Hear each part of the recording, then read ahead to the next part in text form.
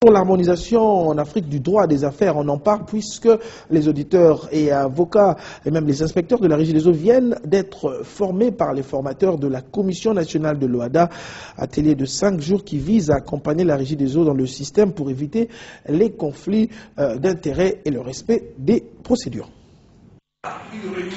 Ils sont là, avocats, auditeurs, inspecteurs, bref, le corps juridique de la Régie des eaux qui a bénéficié durant 5 jours des plusieurs modules et notions sur le système OHADA.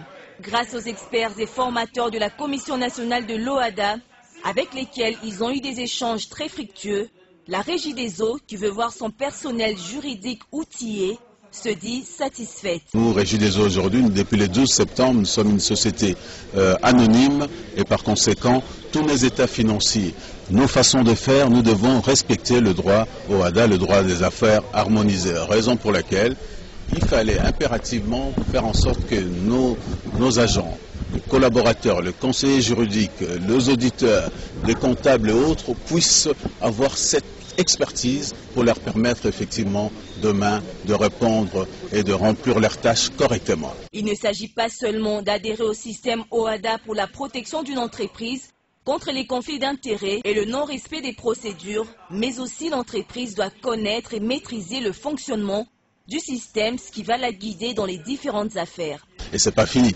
Le programme, le DRH est là, le directeur de formation est là, il y a des processus en cours et que nous allons continuer à poursuivre et améliorer pour que nos travailleurs soient performants. De l'autre côté, c'est la Commission nationale de l'OHADA qui désire que d'autres entreprises emboîtent le pas à la Régie des eaux pour améliorer la performance des agents et cadres. Il est de bon droit que les agents et cadres bénéficient d'une formation afin qu'ils soient à même n'est-ce pas, pour les conseils juridiques et même les avocats, d'accompagner l'entreprise.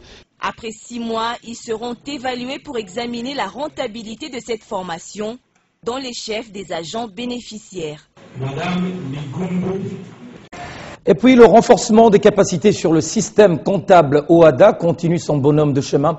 En République démocratique du Congo, les agents et cadres du ministère des Finances et ceux du ministère de la Justice et des Droits humains ont suivi une formation sur ce système comptable, une session qui s'est clôturée avec la remise des certificats de maîtrise aux cadres de ces 2 ministères.